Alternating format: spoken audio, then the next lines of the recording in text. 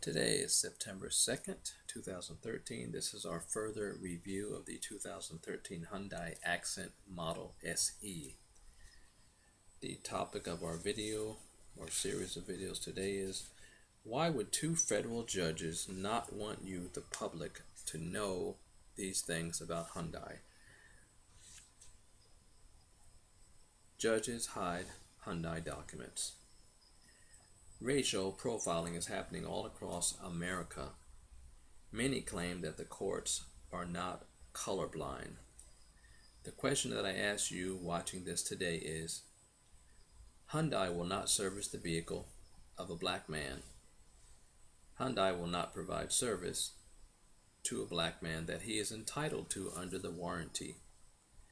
Is it okay for Hyundai then to order the annihilation of a black man simply because he asked for warranty service? I ask you, is your answer yes or no? Is it okay for Hyundai to order the annihilation of a black man? There are many lawsuits that have been filed across this country against Hyundai Motor America. A lawsuit is a legal document where a person or group of persons ask the court or a judge to resolve a dispute against another person or company. A lot of people resolve their disputes outside of the court setting. More and more people are resolving disputes in that manner, but more and more people are seeking the ability of the courts to solve their disputes, and many people are seeking the court's assistance by doing it on their own without the assistance of attorneys, because any type of legal action can be possibly very costly in terms of the amount of money that it takes to mount a lawsuit and the amount of money it takes to prepare and pursue a lawsuit and possibly hire an attorney. In this series of videos today, we'll examine one of those cases that was filed in Los Angeles, California in March 2013, case CV13-2264 FMO, parentheses MRWx. The FMO stands for the judge, that is Judge Fernando M. Olguin, O-L-G-U-I-N, and also the MRWx stands for the second judge, who is Michael R. Wilner, and that's in the Central District Los Angeles court case.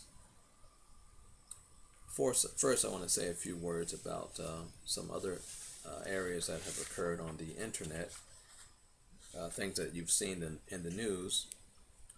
Hyundai will settle a class action lawsuit after advertising incorrect fuel economy estimates on about 600,000 cars sold in the United States. And this is from recent newspaper documents. Apparently they haven't settled it yet, but they have indicated that they want to settle it. In November, when the Environmental Protection Agency discovered fraudulent estimates on 75 Hyundai and Kia models from 2011 to 2013, several car owners sued both companies, Hyundai and Kia. Kia is a subsidiary of Hyundai. The latest case filed in the Central District Court of California has combined all 38 suits into one, according to Automotive News. The actual amount of the proposed settlement was not disclosed, although one individual suit wanted $775 million in damages to be paid. Apparently, Kia is not part of the settlement, but may join in, the report said. And this news may be a couple of weeks old, so you have to kind of look for updates on this. Now, this is in addition to the reimbursement program that Hyundai and Kia had previously offered. This is actually a class action that was proceeding outside of the reimbursement program. And of course, you have to remember that if you are a class member and you do agree to the settlement, or you do not opt out of the settlement, if you agree to the settlement, you will probably be giving up your rights to sue Hyundai or Kia over the same information. So you have to be careful what you do when this class action comes about. You have to be careful that you look at whether you want to give up your rights or not. There's also been a Hyundai recall. This was also in the news recently.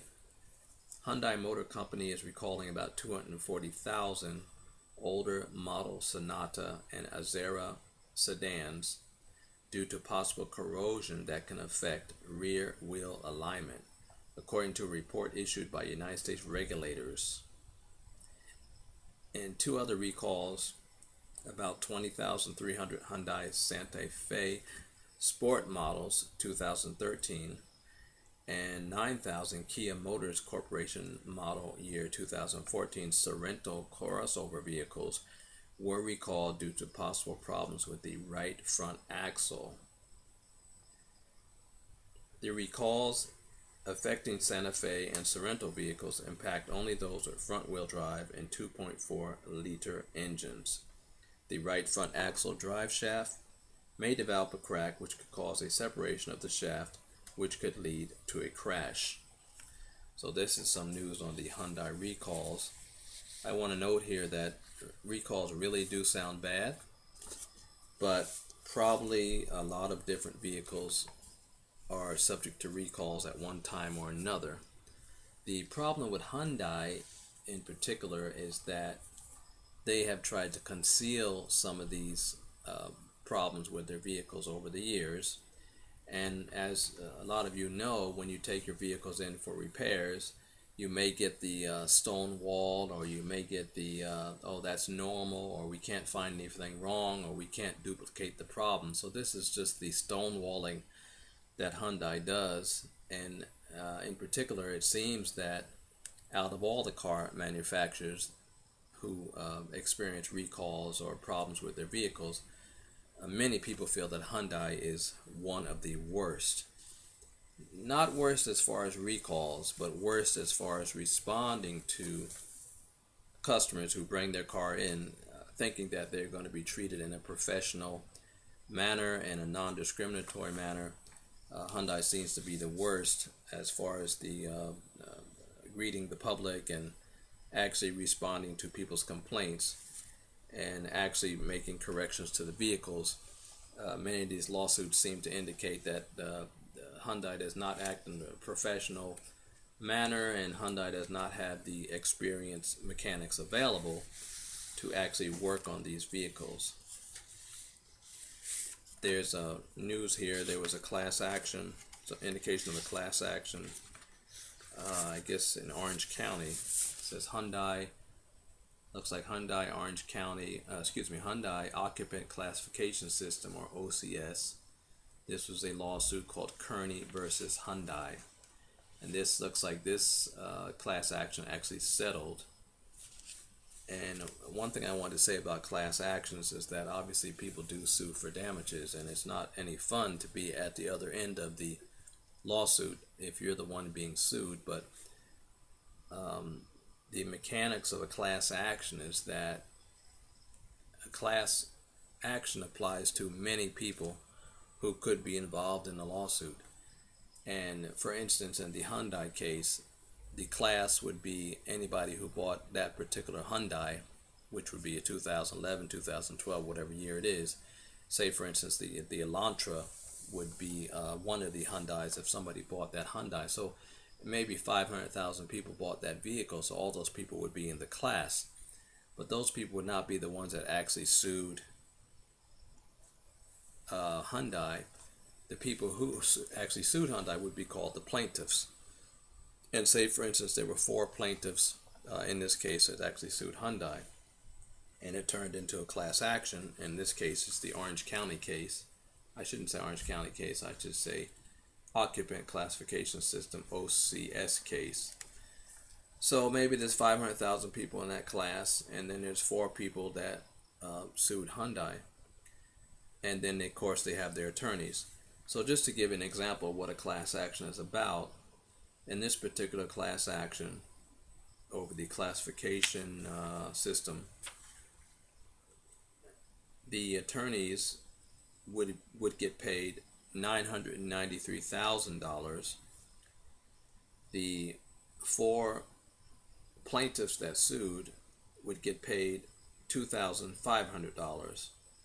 And then of course those in the class, I think in this particular lawsuit, there was some type of advisory being issued. So I can't see in this particular class action that the class members were getting any monetary sums.